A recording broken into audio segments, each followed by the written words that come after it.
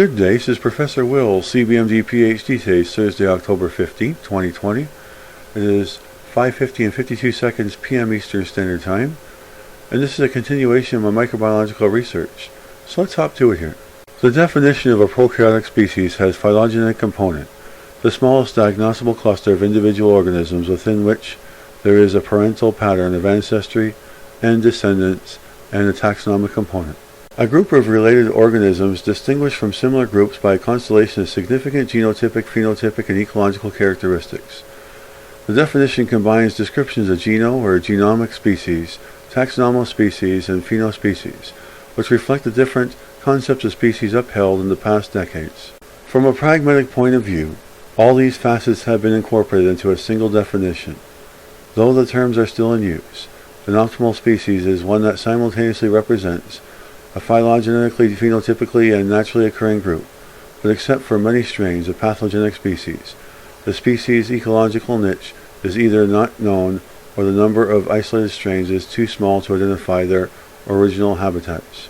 It should be remembered that from the broad diversity of prokaryotic organisms, which may reflect a genetic and epigenetic continuum, a single strain is chosen as the type of strain. Strains that are sufficiently similar, i.e. by mainly DNA reassociation used today in prokaryotic taxonomy, are considered members of the species. This concept of selecting species has been described as the arbitrary species concept. The combination of arbitrary selection and artificial species delineation is admittedly arguable and open to discussion, especially when taxonomists covering different fields of biology meet.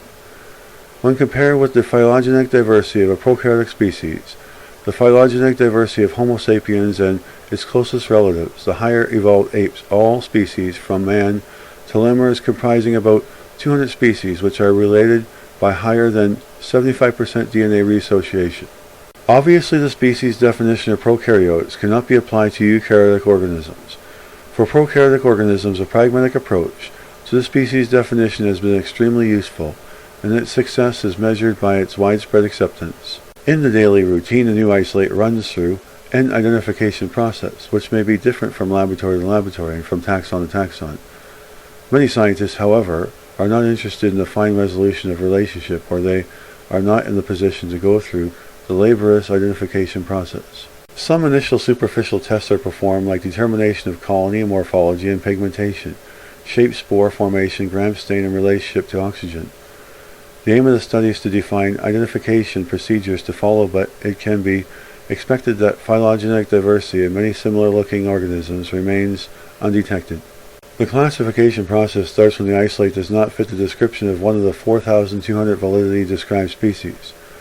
Let us assume the laboratory is equipped with the facilities to generate a 16S rDNA sequence. It is recommended to start any survey with this molecule, as the database of prokaryotic strains is enormous, covering more than 95% of described species. To search for the closest relative using available 16S rDNA sequence data, taxonomists are offered the electronic help by the BLAST system. The taxonomic browser will guide the user to a phylogenetic arrangement of taxa. The search in RDP and ARB will show the phylogenetic distance to the isolate's nearest neighbors, but the quality of the search depends upon the completeness of the 16S rDNA database. The sequence's available species, analyzed and whether comparison is based on short stretches or on almost complete sequences, may vary. Once the approximate nearest phylogenetic neighbor has been identified, a search for the public databases for recent entries is recommended. The result of the analysis will affect future strategy. Let us assume that the 16S rDNA similarity to its nearest neighbor has values higher than 97 to 98%. Many scientists will be satisfied knowing the approximate phylogenetic position and will not continue the identification process. Others, however, will be eager to determine the more precise affiliation of the isolate. The way to proceed depends upon the number of species in the phylogenetic vicinity of the isolate. In case the isolate falls within the boundaries of the genus, the description of this genus will be a guide to the few key properties needed to place the isolate in this genus. If the species within the genus are separated by a distinct phenotypic properties, which one should assume, but which is not always the case, these should be sought in the isolate, and if present, the isolate has been identified. If not, DNA reassociation studies are recommended to determine whether the isolate is the nucleus of a new species.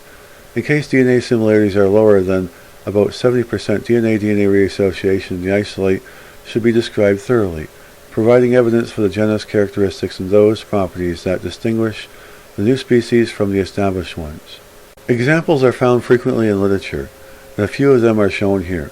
The most widely encountered situation is the description of the new species which shows less than 70% DNA-DNA reassociation with those species to which it is closely related by 16S rDNA similarity. Hybridization values for the type of strain of the new species is not for the closest relative usually range between close to 70% and almost 0%. In those cases where the DNA-DNA reassociation values between an isolate and described species is less than or equal to 70%, this information will usually not be recorded unless the new strain leads to the description of the subspecies or to an immediation of the species description.